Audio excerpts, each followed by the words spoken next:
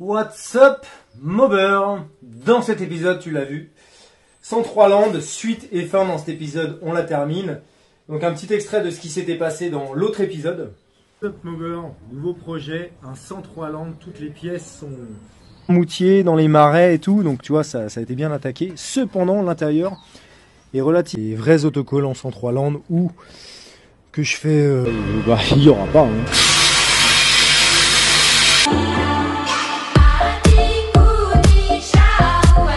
Peindre, les amortisseurs, sablés, peindre. T'attends pas une mob type origine.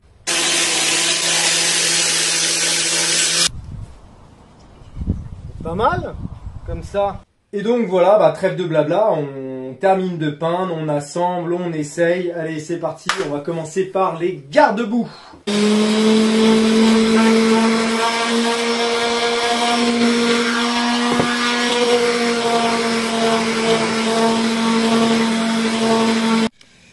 Donc voilà l'état des garde-boue, c'était pas terrible, en dessous il y a de la rouille et tout, donc j'essaie pas de les revoir chrome, je sais que je vais y passer des heures pour rien.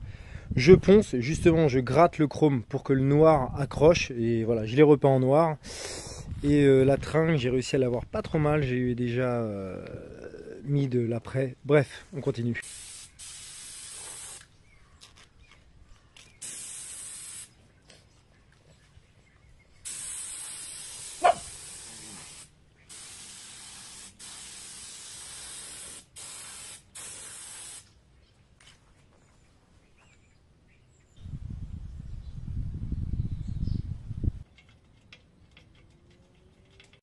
Voilà, pas mal, ça fait franchement pas mal. Et je voulais faire les branchements et tout le feu et j'ai été emmerdé, ça m'a bien cassé les couilles. Idéalement, ça aurait été bien de garder le feu d'origine, mais tu vois ces vis là, et en fait juste tu peux pas. Voilà, il n'y a plus d'empreinte, il n'y a plus rien, tu ne peux pas l'ouvrir. Alors je pourrais percer, mais après je le visse comment? Et regarde la gueule du truc. Donc j'ai pris la décision de couper, et puis voilà, en plus il manque une vis, enfin je sais même pas si elle est dedans. J'ai pris la décision de le couper et de repartir sur un truc propre. Et je vais utiliser un de mes feux que j'avais pour un autre projet. 4 heures plus tard, j'ai adapté mon feu. Donc voilà, on reste un petit peu dans le même style, et en plus il y a un support plaque, comme elle devra l'immatriculer. Et ben voilà, ce sera prêt pour la plaque. Voilà, ça aurait été mieux de garder l'origine, mais ça sentait le sapin, ça sentait les heures à passer pour même pas le réparer. Donc on change, on met du neuf, on reste dans le même esprit.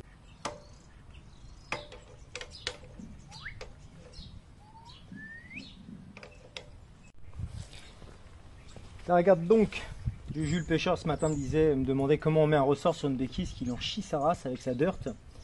Et quand tu tires dessus avec une pince, souvent ça marche pas ou tu risques de te le prendre dans l'œil. Donc, ce qu'il y a de mieux à faire, je pense rien apprendre à personne, mais on sait jamais. Moi j'ai quand même mis du temps avant de découvrir ça, bien que ce soit une technique connue. Un cruciforme, c'est tout en fait. Ça marche pas du premier coup, hein, je te promets pas des miracles, mais voilà, tu fais coulisser.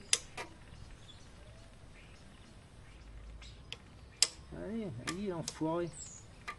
Foiré! Voilà.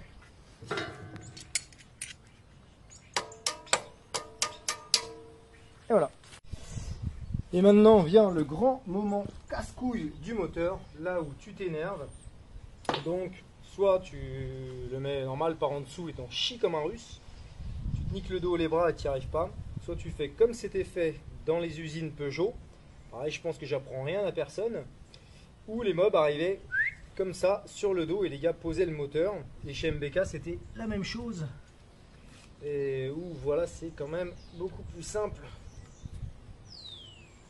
de céder de la gravité. On cède de la gravité ou de la pesanteur? On cède de la gravité, je crois. Et là, il va falloir appuyer comme un dingue et mettre l'axe. C'est toujours un plaisir. Toujours un grand plaisir de faire ça. Je déteste les 103 comme ça pour cette étape. Sur les Vox, c'est beaucoup plus simple. C'est pour ça que pour moi, je ne fais pas de 103 comme ça. J'aime pas du tout.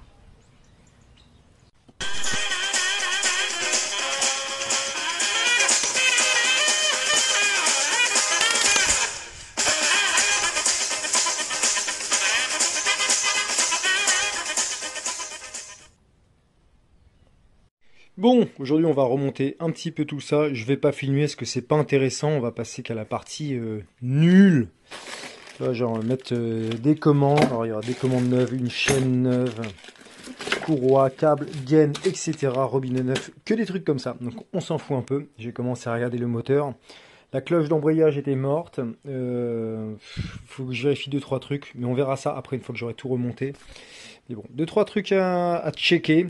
Allez, je remonte tout ça. Je te montre ça une fois que c'est terminé là. Je filme pas, c'est vraiment pas intéressant du tout. Oh, allez, presque terminé. Alors, quand je dis terminé, tu sais, l'enfer, c'est toujours les petites finitions à la fin. Là, c'est des trucs qui cassent bien les couilles. La chaîne, tu vois, j'ai voulu la mettre, mais elle était extrêmement rouillée et tout. Donc voilà, je l'ai mis dans du gasoil. Et puis après, il faudra que j'enlève toute la merde et que je la remette. Remettre les élytres également, j'ai eu la flemme. Il y a deux, je suis deg, j'ai complètement oublié de faire ça. Je voulais presque tout refermer, mais il faut que je récupère ces trucs là, les... Allez, on va appeler ça une sorte de pare-buffle, hein, ce qui va ici. Et on est presque à la fin, et par curiosité, je me suis dit, bon allez, on va essayer de faire craquer le moteur, au moins voir s'il y a de l'allumage. Ah ouais, il y a ça aussi à récupérer, enfin... Non, en fait, c'est pas fini. Alors le moteur pour l'instant je vais pas l'ouvrir, je vais d'abord voir si ça fonctionne. La compression avait l'air ok, bon là ça sert à rien ce que je fais puisque la bougie est enlevée. Alors, regarde, pour un moteur allumage rupteur qui n'a pas tourné depuis des années. Clac, clac, clac, clac, clac, clac. Ça a l'air de marcher, donc voilà ce qu'on va faire. On va juste essayer de le faire craquer. Et on verra ce que ça donne. Il faut que je vois pour mon histoire de variateur. Ça m'embête, je vais peut-être devoir en racheter un neuf, je sais pas.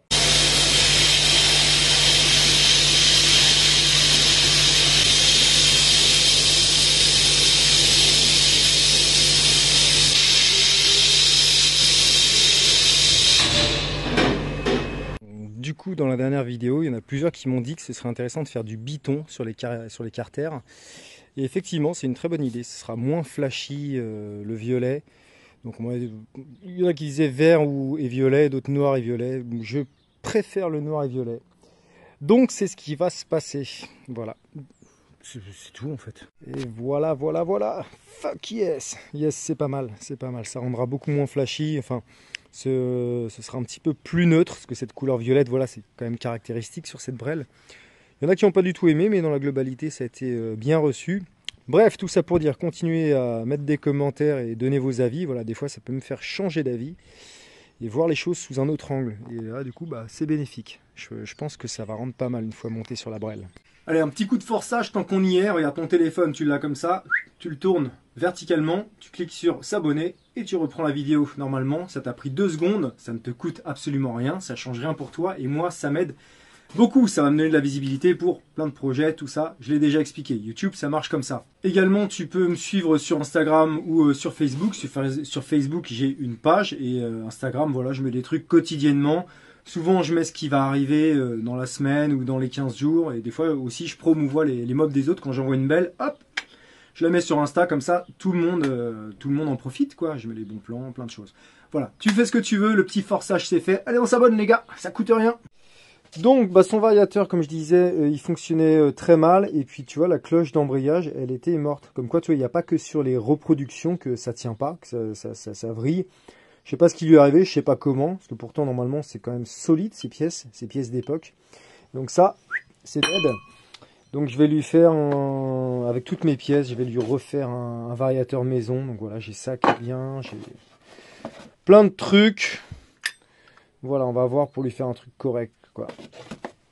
Bon, voilà donc. Ah, c'est pas la bonne clé ça. Qu'est-ce que j'ai fait? Ah, qu'est-ce que j'en ai marre d'être con.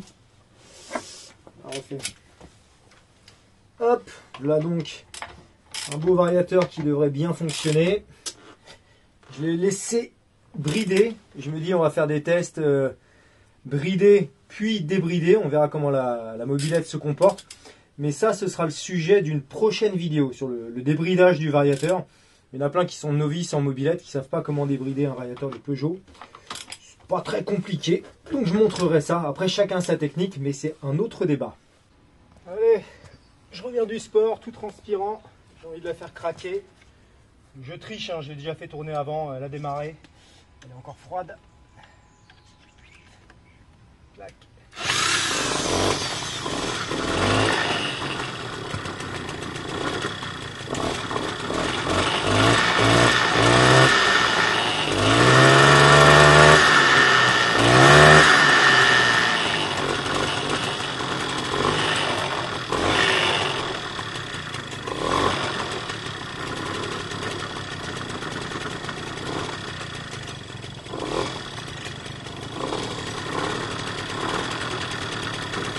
Contact. Contact dans les feux, mais sinon, bon.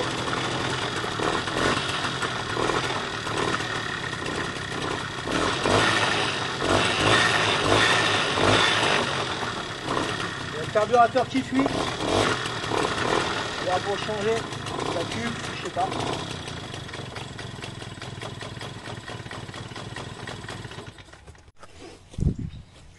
Allez, on reprend les hostilités. Je suis allé faire un tour avec la Brel. Ça fonctionne pas. Elle broute. En plus, elle pisse l'essence. Donc, je me dis, plutôt que faire une commande pour un joint d'étanchéité, ça se trouve, ça vient du Pointeau. Pas le Pointeau, mais bon, tu m'as compris. Ça se trouve, plein de trucs, comme le carburateur est vieux et qui fonctionne mal. Je vais lui mettre un des miens que j'ai d'avant, que j'avais pour la Magnum Racing. Je lui facturerai, j'en recommanderai un. Parce que plutôt que de passer 2 heures à essayer de régler ça, c'est même pas sûr que ça fonctionne, et lui facturer 20 €. Mieux vaut en acheter un sur AliExpress 20 €, je le remplace et bim, je suis sûr que ça fonctionne et je m'énerve pas. Et tout le monde est content. Donc, remplacement de carbu. Hop, voilà, avant de remonter le carbu, j'ai quand même changé le gicleur. D'origine, c'est un 68 là-dedans. Ce qu'il y avait, le vieux carbu, pareil en gicleur de 68, la bougie était toute noire, on était beaucoup trop riche. Ce qui est normal pour une mob toute d'origine, peau boudin. En plus, c'est les vieux 2 transferts, donc trop d'essence. Donc là, j'ai mis en 60, ça devrait être mieux.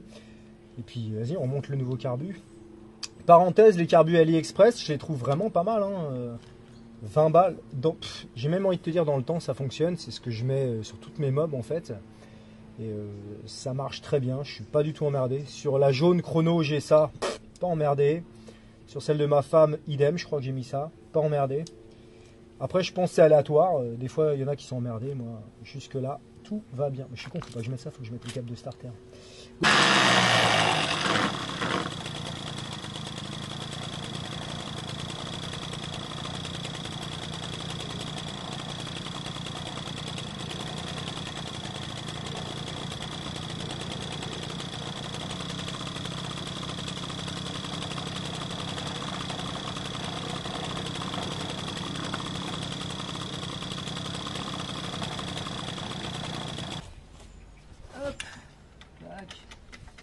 Ça démarre comme ça. Putain, ça tient, tout marche pareil. Parfait. Là, à l'arrière aussi, ça marche. Hop là.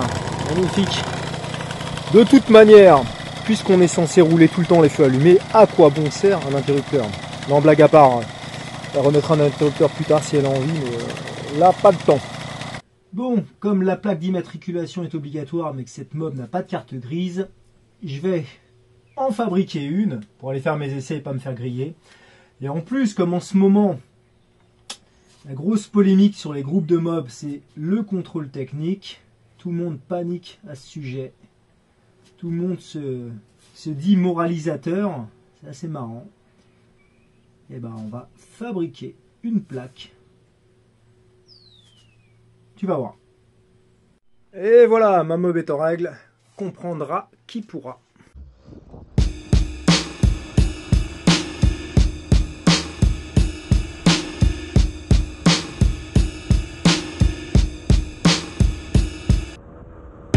Something bad's about to happen to me. I don't know what, but I feel it coming. Might be so sad, might leave my nose running. I just hope she don't wanna leave me.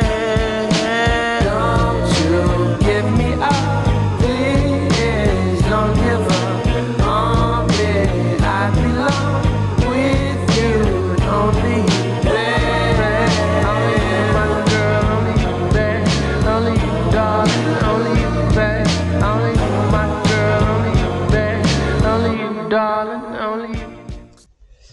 y est les gars, on arrive à la fin du projet 103 Land. Bah écoute, entre ce qu'elle était au début cette mobilette et maintenant, je trouve que quand même c'est pas dégueulasse, je m'en suis pas trop mal sorti. Ben, cette histoire de violet, voilà, ça plaît ou ça plaît pas, hein, ça fait un petit peu parler. Encore une fois, on fait avec ce qu'on a et comme on peut. Mais voilà, comme je disais dans le premier épisode, je trouve pas ça déconnant. J'aurais pas fait ça comme ça, moi. À retaper, je l'aurais fait classique, hein, jante noire, carter noir, juste vert et noir. Mais je trouve pas ça déconnant, je trouve que ça va bien. C'est ok, c'est franchement ok. Maintenant, on va parler tarif, combien cette mobilette a coûté à la cliente qui me l'a confiée. La note totale, c'est, si je dis pas de conneries, 720 €, un truc comme ça, 720 ou 740. Il y en a eu pour un peu plus de 400 de pièces. Donc la peinture, des pièces, des câbles, des gaines, les pneus, les chambres à air, tout ça. Nouveau carbu, plein de trucs. Et en main d'œuvre, j'ai mis un petit peu plus de 30 heures à la faire. Je vais lui facturer 30 heures, je lui avais dit 30 heures dès le début, donc moi je prends 10 € de l'heure. Et franchement, c'est pas très bien payé quoi. Tu vas chez un professionnel, forcément ce sera beaucoup plus cher. Donc au total, voilà, 720, 740. Et elle avait déjà la mobilette. Donc je rebondis sur un sujet quand souvent les gens sur internet disent la mobilette, ah c'est trop cher, vous vendez ça trop cher. Moi avant une mobilette je l'achetais 100 francs, 200 francs, bah oui mais plus dans les années 90. Et aujourd'hui ça se raréfie, et puis retaper une mob complète, quand tu mets toutes les pièces, quand tu pars d'un projet, un truc pourri, ça monte très vite. C'est pour ça tous les gars qui mettent des brels sur le bon coin aux alentours de 1000 €, bah, c'est vraiment ce que ça te coûte quoi. Là, tu vois, 720, 740 € et elle avait déjà la mobilette qui était complète. Et on n'a pas eu de problème de moteur. Parce que si j'avais dû ouvrir le moteur, changer un piston, un allumage ou un truc comme ça, très vite ça grimpe. Donc, c'est pas étonnant que voilà, les mobs qui soient retapés soient vendus 1000, 1200, 1500 €. Alors, bien sûr, quand quelqu'un vend une Vogue dernière génération sans rien, il la vend en 1500, 2000, ça, ce sont des prix abusés. Mais actuellement, une mobilette, c'est ça, en bon état, il faut compter au moins 1000 € quoi. Sauf si tu as du cul et tu trouves une mob dans son jus, en très bon état, à juste refaire démarrer à moins cher, tant mieux pour toi. Mais voilà, une mob retapée très vite, si tu comptes en acheter une et que tu dis, oh, petit projet comme ça, rapido, si je l'achète 200 €, quand tu démontes tout et que tout est pourri, très vite la note grandit quoi. C'est pas dégueulasse ces petites conneries, je suis plutôt satisfait de moi, c'est bien, c'est proprette. Encore une fois je le répète, moi je suis pas un professionnel aurait fait ça encore mieux. Tu verras plein de petits défauts là-dessus, mais évidemment tu fais ça encore mieux, ça coûte encore plus cher, il faut beaucoup de temps pour retaper un truc comme si ça sortait du magasin. J'ai encore des petites choses à faire là-dessus, il faudra que je remette un cache variateur, là je voulais vérifier un petit peu le fonctionnement, il y a une petite chose à revoir. Et également il faudra que je vois les carters, faut que je les refasse, je suis dégoûté, la peinture tient pas dessus, j'ai pas dû gratter assez dégraissé. Ces carters de refabrication là, il doit y avoir une pellicule dessus, peut-être que c'est le plastoc qui fait ça, mais la peinture tient pas. Et dès que ça a choqué un peu sur les barres, la peinture a sauté. Faut que je retire tout et que je recommence, bon bah tant pis, hein. Tant pis pour moi, c'est ma faute. Mais voilà, c'est cool. Allez, j'espère que cette vidéo vous a plu. Et puis, c'est tout, rien d'autre à ajouter. Bonne semaine les gars, à la prochaine.